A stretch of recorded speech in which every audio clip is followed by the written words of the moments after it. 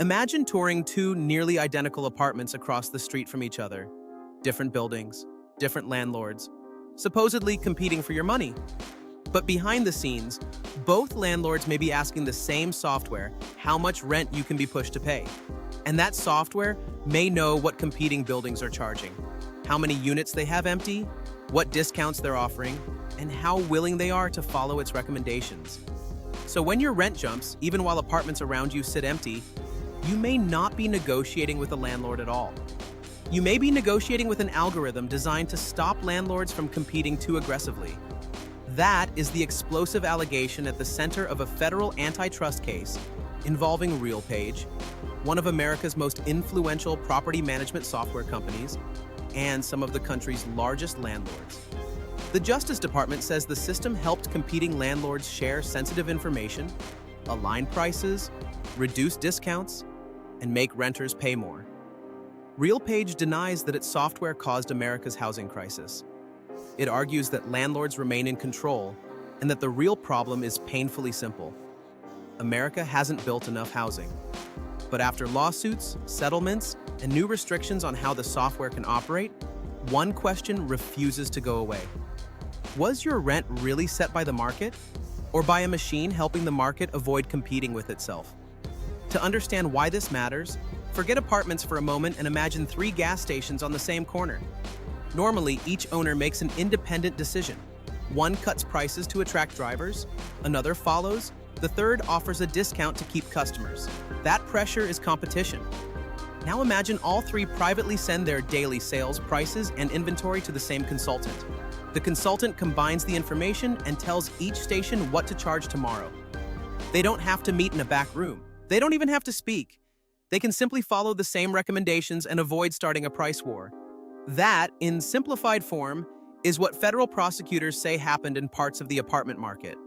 RealPage sells revenue management software to landlords.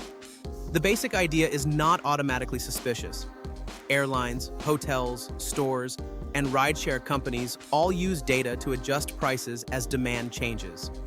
For apartment owners, the software can analyze a property's units, lease expirations, occupancy, demand, and other information, then recommend a rent for each available apartment. Used properly, that can replace guesswork with better forecasting. A landlord might learn that a unit is overpriced, offer a discount sooner, and avoid letting it sit empty. But the Justice Department says RealPage's system crossed a critical line because it was fueled partly by non-public information supplied by competing landlords. According to the government's complaint, that information included executed leases, renewal offers, rental applications, future occupancy, and other competitively sensitive details that landlords normally would not share directly. The algorithm then allegedly combined that data to generate pricing and lease term recommendations for the same landlords contributing information. That distinction is everything. Looking at public apartment listings is one thing. Using a shared pool of competitors' private, forward-looking information is another.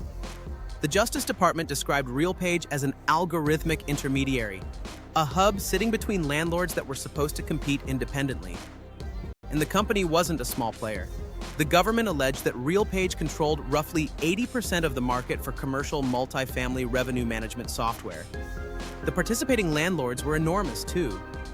When the government expanded its lawsuit in January 2025, it named 6 landlords that collectively operated more than 1.3 million apartments across 43 states and Washington, D.C.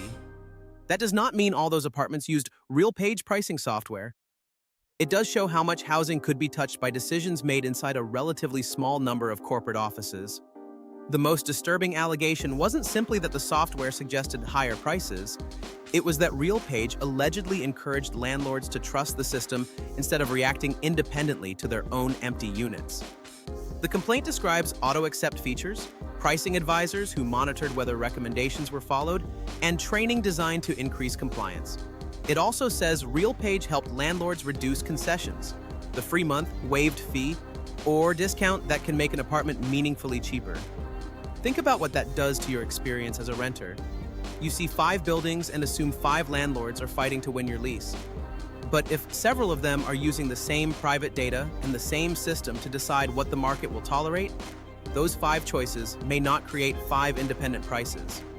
The algorithm doesn't need to order every landlord to charge exactly the same amount. It only needs to make them less willing to undercut one another. And sometimes maximizing revenue means tolerating vacancies.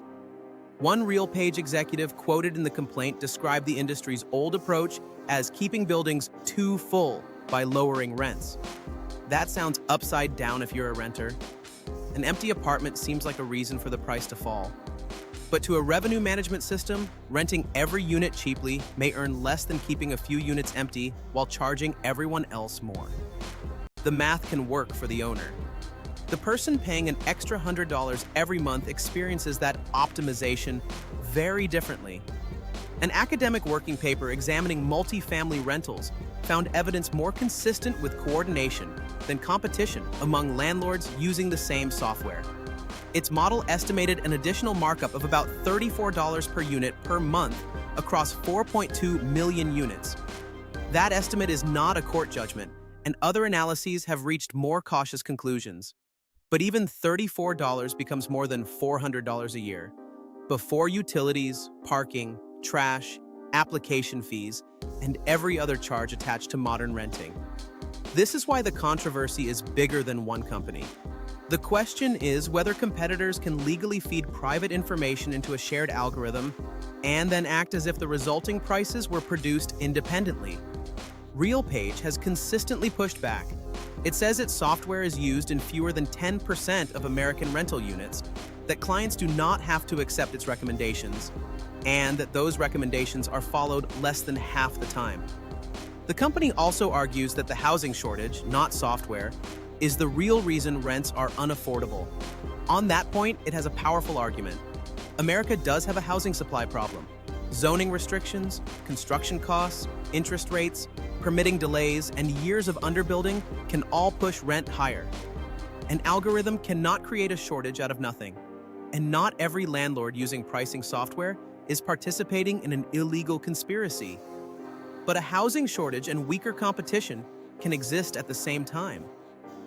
Scarcity makes pricing power more valuable. Software may help landlords use that power more efficiently. The legal case also moved beyond accusation. In November 2025, RealPage reached a proposed settlement with the Justice Department without admitting wrongdoing or paying a financial penalty. Under the proposed restrictions, RealPage would be barred from using recent, non-public and competitor data in the same way. Rental information used in its models would generally have to be at least 12 months old and reported no more narrowly than the statewide level. The deal also called for a court-appointed monitor and required RealPage to cooperate in the continuing case against landlord defendants. Several landlords reached their own settlements. In March 2026, a court entered a final judgment restricting Greystar's use of anti-competitive rent-setting practices. Then, in July 2026, the Justice Department announced a proposed settlement with Willow Bridge, another major landlord accused of participating in the information sharing and pricing system.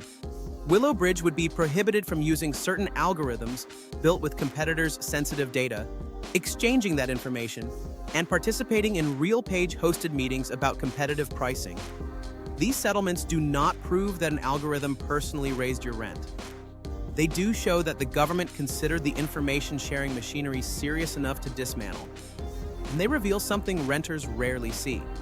The price on an apartment listing is not necessarily a simple reflection of the mortgage, maintenance, neighborhood, and a landlord's best judgment. It may be a calculated experiment.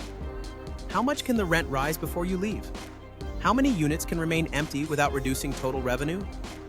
How quickly will nearby landlords follow? The same logic is spreading far beyond housing. Companies use algorithms to price airline seats, hotel rooms, concert tickets, groceries, insurance, and subscriptions. But rent is different. You can skip a concert. You can choose not to stay in a hotel. You cannot opt out of having somewhere to live.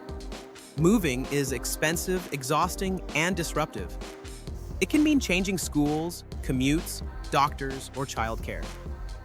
That gives a landlord enormous leverage when your renewal arrives. If an algorithm knows renters are unlikely to leave over a $50 increase, it can recommend $50.